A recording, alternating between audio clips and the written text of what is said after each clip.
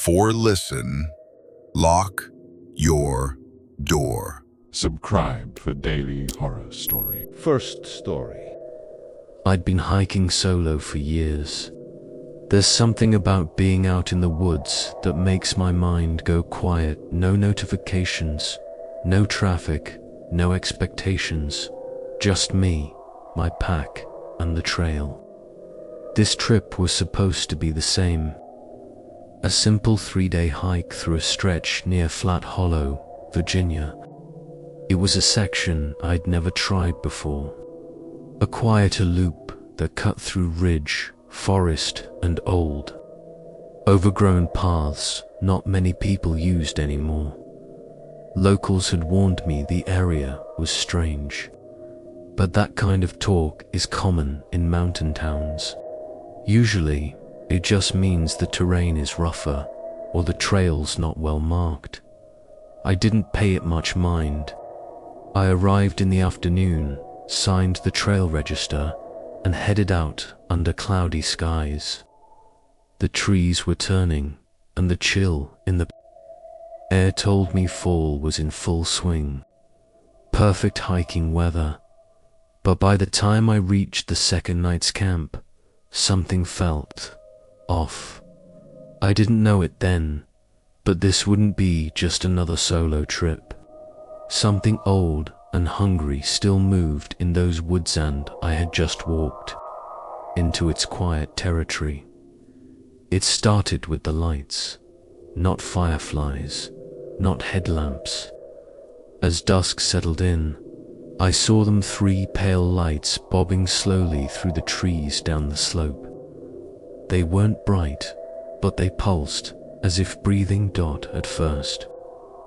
I thought it might be another group of hikers, but they didn't speak, they didn't stop. Just floated between the trunks, far enough not to make out any features, too close to pretend I hadn't seen them. I turned off my own light and waited, crouched behind my tent. The lights kept moving until they disappeared behind a ridge. The whole thing lasted maybe 2 minutes, but it left me feeling exposed, like I'd been watched for much longer. When I turned back to the tent, I noticed something else. My trail journal, the one I kept zipped in the pack, was lying outside the tent, open, and one page had been torn clean out. I told myself maybe I'd dropped it, maybe I forgot to zip the pack, but that didn't explain how the page was gone or how the rest of my gear remained untouched. Still, I convinced myself it was just fatigue and nerves. I slept with the hatchet beside me that night, one eye open. The next day, I made good time along a narrow ridgeline with steep drops on either side. No signs of people, no animals, just the sound of wind hissing through the trees. But every now and then, I would see it again, light. Not constant, just small glimmers, always behind me. Not close, not far, like something keeping pace without revealing itself. I started moving faster. At one point, I rounded a bend and froze. Right in the middle of the trail was a small stack of rocks, 6 high, balanced perfectly. On top of it sat my missing journal page. It had writing on it, but not mine. Every word had been scratched out, except one. Stay. The rest of the day passed in paranoia. Every twig snap made me flinch. I kept thinking I saw movement in my periphery, but when I turned, there was nothing. No wildlife, no wind, just stillness. By late afternoon, I reached a clearing with a fire ring, clearly used before I hesitated. It was exposed to open, but I didn't have the energy to keep hiking. I set up camp quickly, skipped the fire, and kept my gear close. Around midnight, I heard the first whisper. It wasn't language, more like breathing given shape. Long stretched syllables, not loud, but right outside the tent wall. I didn't move, just clutched the hatchet and listened. Then came a second sound, soft footsteps circling the tent, crunching the fallen leaves slowly, deliberately. After a full minute, it stopped. I waited another hour before unzipping the flap. Just a few inches, nothing, but every tree at the edge of the clearing had something tied to its small bundles of twine and twigs, like crude dolls, and every one was facing the tent. I didn't sleep. By 4 a.m., I packed in silence and hit the trail. Again, moving fast, despite the dark. I didn't care about the cold or the uneven path. I just wanted to put distance between me and whatever that was. That morning, I came across a side trail I hadn't seen on the map. Narrow, half grown over, but the odd thing was fresh boot prints. My size, same tread as my own, but I hadn't been down this way. Something had. Still, I kept going. A few hours in, I started to smell smokewood smoke, faint and sour. I thought maybe there was a cabin nearby. Relief washed over me until I heard the voices. They were whispering again, same rhythm as the night before, except now there were many of them, coming from both sides of the trail. I couldn't see anyone, just shadowed forms shifting behind. The trees pacing in sync like a moving wall. Then I saw them again. The lights dot dozens this time, each about the size of a fist, glowing pale white, bobbing along the forest floor, swaying side to side like they were searching. They were getting closer. I broke into a run. Branches clawed at my arms, roots caught my boots, but I didn't stop. The trail narrowed into a steep decline, and I slid half the way down at the base. I found the old ranger station, abandoned, windows broken, roof sagging, but I didn't care. I ducked inside, barricaded the door with an old desk, and waited. For hours, nothing came. But just as dusk returned, the lights appeared outside, and they stopped, in a perfect circle, like they were waiting. I stayed in that station until dawn, clutching the hatchet and barely blinking. When morning came, the lights were gone, so were the whispers. I left without stopping, hiked straight back to the car, and never looked back. I reported what I saw, but the ranger just gave me a look, half pity, half fear. He didn't even ask follow-up questions, just told me, "We don't maintain that section anymore." Too many disappearances. Since that trip, I've had the same dream every few weeks.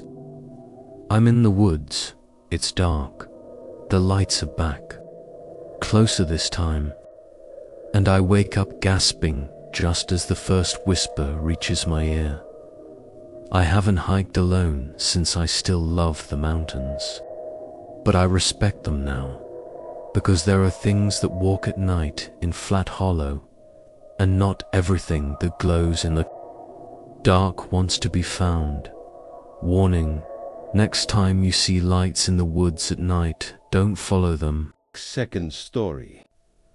I've lived in Tennessee most of my life.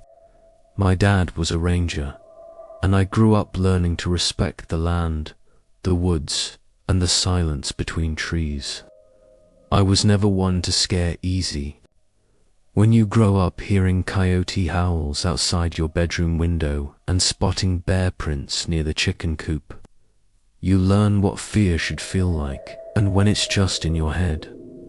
3 years ago, I took a solo hiking trip through the section of the Appalachian Trail that weaves across the Tennessee-North Carolina border. It was early November, cold, foggy, and quiet. Just how I liked it.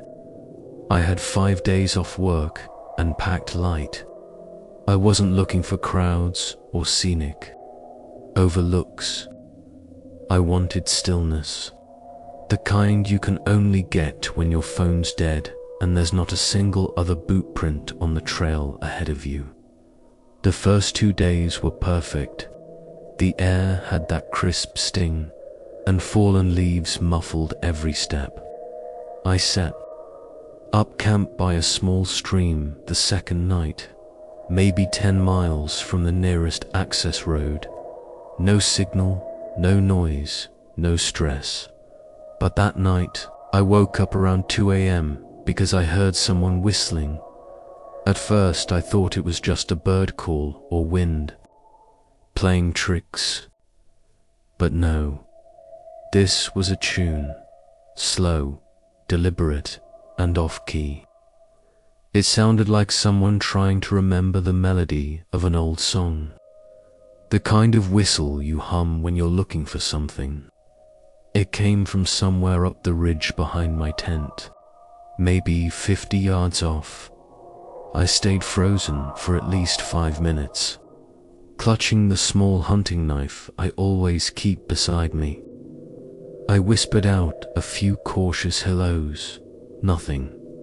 No reply. But the whistling stopped. In the morning, I chalked it up to nerves. Maybe echo, or someone further off trail than they should have been. I kept hiking. That next day, the fog never lifted. It got worse. By late afternoon, it had become a thick wall. I could barely see more than 20 feet ahead. The world went quiet. Even the birds were gone. No wind, no movement. Around 5 p.m., I found a small open patch of mossy ground under a low outcrop.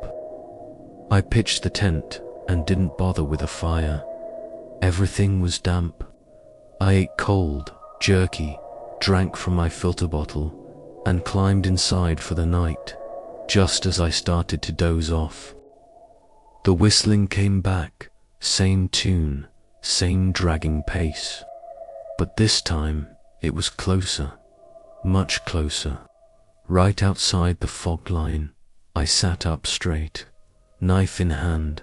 I waited, tried to hold my breath. The whistle would pause, then start again. It circled the tent, clockwise, deliberate. I whispered again, trying to sound brave. I'm armed. Don't come closer. The whistling stopped. I didn't sleep the rest of the night. I kept imagining the shape of someone standing just outside the fog, watching, maybe smiling, at dawn. The fog hadn't lifted, but I wasn't staying. I packed everything in under 10 minutes and bolted down the trail, barely stopping to catch. My breath out about an hour into the hike. I started hearing footsteps that didn't match mine. When I stopped, they stopped. When I sped up, so did they. I looked back once, nothing but grey. Then the whistling started again. I ran, full-on sprint. I don't know how long. Maybe 20 minutes. It felt like forever. At some point, I tripped over a root and slammed hard into the dirt. I lay there, dazed, breathing in the cold moss, trying to listen silence. But then I noticed something carved into the tree next to where I'd landed. Fresh, shallow gouges for long vertical marks, and underneath, a fifth one crossing through them, like someone had been keeping count. I didn't stay long enough to figure out what it meant. By mid-afternoon, I found an old hunting cabin, more a shack, really padlocked, but with enough cover to sit behind and rest. I waited there until the fog began to lift, and I heard it again, this time not whistling, talking someone, somewhere behind me, saying the same phrase over and over, softly. You came back. You came back. You came back. I didn't. I ran. I bushwhacked the rest of the way, off trail, compass in hand, until I hit the old service road I'd used to park. I drove home shaking. I never found out what that song was, or why it followed me, or how whoever it was kept up with me in that fog. But sometimes, not always, but enough to remember, I'll wake up in my apartment, in the middle of the city, heart racing. I'll hear a soft whistle from the alley, just once, never, repeats, but always the same off-key tune, and every time I do, I remember those gouge marks. Whatever lives in those mountains, it counts who hears its song. Warning, next time you hear whistling in the woods, don't follow it, don't even stay. Third story. I used to go hiking with my Uncle Ray every fall. He was one of those guys who knew every hidden trail, every shortcut, every ghost story tied to the Appalachian backcountry. Grew up in the hollers of West Virginia and didn't believe in much except two things: never ignore a sudden silence in the woods, and never follow a red lantern at night. I was 16 the first time I asked him about the lantern thing. We were camped near an old creek bed, and the forest had gone dead quiet just after sunset. He just muttered, "That ain't for us," and tossed another log on the fire. That phrase stuck with me. That ain't for us. I never got a better explanation. Just one warning he repeated every time we camped out there. If you see red light moving through the trees, don't call out, don't watch it, don't follow it. 10 years passed. Ray died in a car accident. After the funeral, I found one of his old trail maps and a note tucked into the back. Don't go near Devil's Creek, you hear me? Stay out of that valley. Lanterns still out there. I wish I'd listened. 2 summers ago, I decided to hike alone for the first time in years.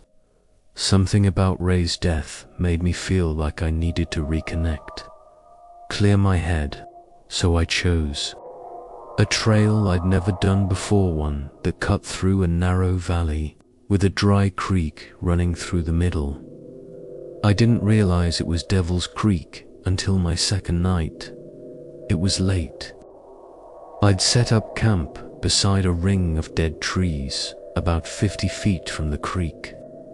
The whole day had been uneventful quiet, beautiful even, but I'd noticed no birds, no small animals, just stillness, like something had cleared the area out. That night, around 1 a.m., I woke up to a soft glow flickering through my tent walls. Red, not orange, like a fire, not white, like a flashlight. It moved slowly between the trees in wide arcs, like someone carrying a lantern. I didn't move at first. I thought it had to be another camper, but I hadn't seen anyone on the trail for over a day and a half. And who walks around alone this deep in the woods after midnight with a lantern? I slowly unzipped the tent, just enough to peek out. The red glow floated maybe 30 yards out. It wasn't being held. It didn't swing or bounce. It hovered just above the ground. Then it stopped, as if it knew I was watching. I shut the zipper. I didn't sleep again that night. The next morning, everything was quiet again. Too quiet. I packed up faster than I ever had before and started hiking back toward the access road. The trail was rough, overgrown, but it followed the creek bed for miles. I kept moving. Didn't eat, didn't rest. Around midday, I found something odd. A piece of red glass in the dirt. Curved, like it had been part of a lantern. I left it there, but as the sun started dipping behind the ridge, the forest changed. Not visually, but something in the air. Heavier, oppressive, like it was watching me. Then I started hearing footsteps behind me. Soft, deliberate, too light to be a deer, too slow to be wind. Every time I turned, there was nothing, but the steps would stop with me, always just beyond the next bend. Then, at dusk, I saw it again. The red lantern, except this time, it wasn't ahead of me.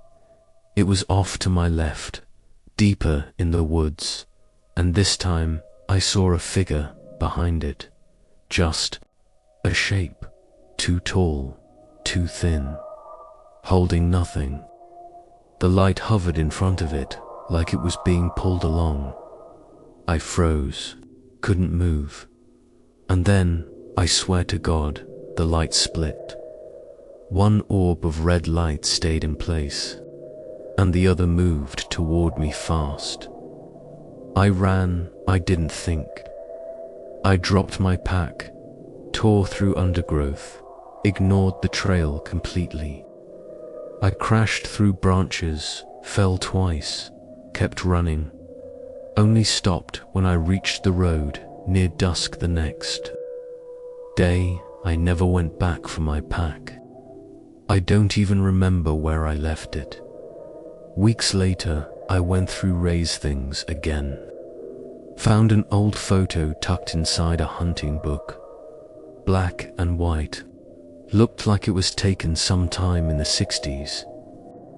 Group of 3 men stood beside an old mining cart. And in the background, hanging from a post by the mine entrance, was a red lantern. One of the men had a sharp face I recognized immediately. Ray, he'd been there. He knew what it was. And whatever it is, it's still out there. Warning, next time you see a red lantern in the woods, don't look at it. Don't even think about following it.